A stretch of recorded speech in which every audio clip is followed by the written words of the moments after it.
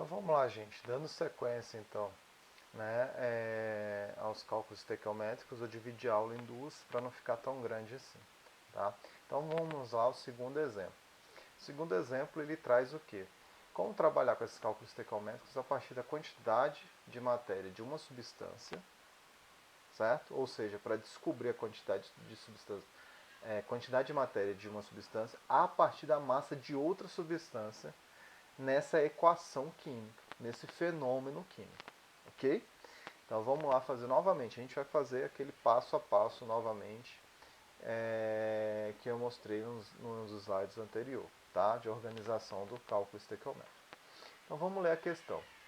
Calcule a massa de cloreto de potássio. Cloreto de potássio faz parte desse adubo químico aqui, muito usado na agricultura, tá?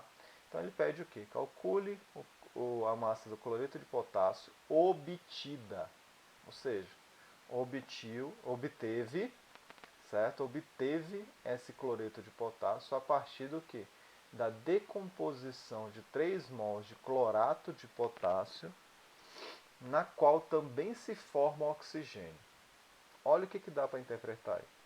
Clorato de potássio é decomposto e forma o que? Cloreto de potássio e também forma o que? Oxigênio. Temos aí o que? A equação química. Olha aqui a fórmula química. KClO3, KClO3. Sólido, certo? Se decompõe e forma o que? Cloreto de potássio, a fórmula química está aqui, mais o que? Oxigênio. Primeira etapa do cálculo estequiométrico. Obtivemos a equação química. Segundo passo, balancear. Tá? Se vocês fizerem o balanceamento aí, vocês vão obter essa equação química. Basta a gente dar uma conferida aqui, ó. 2 potássio, 2 potássio, 2 cloro, 2 cloro. 3 vezes 2, 6 oxigênios. Precisamos o quê? De mais 3 aqui. 3 vezes 2, 6 oxigênios, tá? Então essa é a equação balanceada. Depois fazemos o que? A gente vai descobrir a relação estequiométrica entre essas substâncias na equação química. Então, 2 mols de clorato de potássio se decompõe formando 2 mols de cloreto mais 3 mols de oxigênio. Tá? Da onde eu tirei esses números? De novo, dos coeficientes estequiométricos que ficam na frente da fórmula química. Fórmula química, lembrando, é o que representa uma substância química. Tá bom? E aí, o que você quer descobrir? Ele pede o quê? Calcule a massa dessa substância aqui. O que a gente sabe? Que 2 mols desse forma 2 mols desse. Se temos 3 mols de clorato de potássio, quantos mols vamos ter aqui? 3, né? A mesma quantidade, certo? Então, 3 mols de clorato de potássio são formados quando temos 3 mols de clorato, certo? Vejam aqui, está dando no enunciado, certo? Então, como que a gente descobre a massa? Olha, massa molar. Massa molar é a relação entre massa de uma substância e a quantidade de mols que tem dessa mesma substância. Se eu sei a quantidade de mols do cloreto de potássio, para eu descobrir a massa dele, basta o que? Eu usar a massa molar. Aí eu vou descobrir a quantidade de massa, que se tem aonde? Em 3 mols. Então, acho a massa molar do cloreto de potássio. Lembrem lá como que faz esse cálculo, tá? E façamos uma regra de 3. Olha, 74,6 gramas equivale a 1 mol de cloreto de potássio. 3 mols equivale a quanto de massa? 223,8 gramas de cloreto de potássio.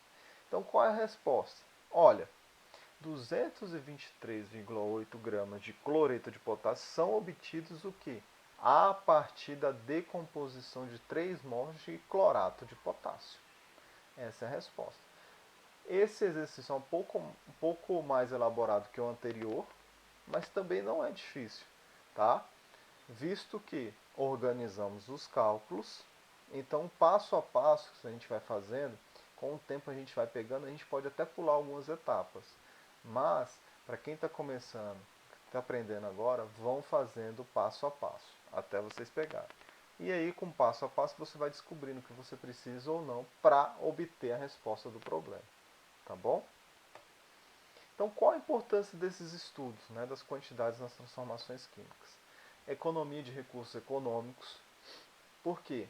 Olha, sabendo a quantidade de reagente que eu preciso, pelos cálculos estequiométricos, eu vou saber a quantidade de produto que eu vou obter. Certo? Então, economiza, eu não preciso colocar qualquer quantidade. Certo? As quantidades podem se perderem, eu posso ter desperdício. Tá? Redução do consumo de produtos. Tá bom?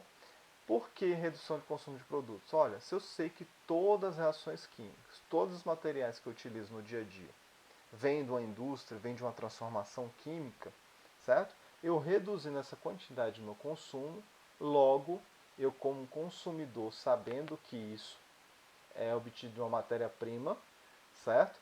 Eu vou reduzir, eu vou mudar a minha forma de consumir, certo? Redução de extração de matéria-prima retirada da natureza. Uma vez que eu tenho consciência de que essa transformação química, para obter determinado produto, ou para eu comprar determinado produto como um celular, né, para produzir um celular eu preciso de vários materiais. Sabendo que esses materiais vêm da natureza, eu tendo essa consciência, eu vou diminuir meu consumo, logo diminuo a pressão sobre a retirada de matéria-prima da natureza. E também utilizando esse bem que eu comprei por mais tempo, sendo consciente de que matéria-prima é retirada da natureza, tá? Eu também diminuo a quantidade de resíduos que são gerados.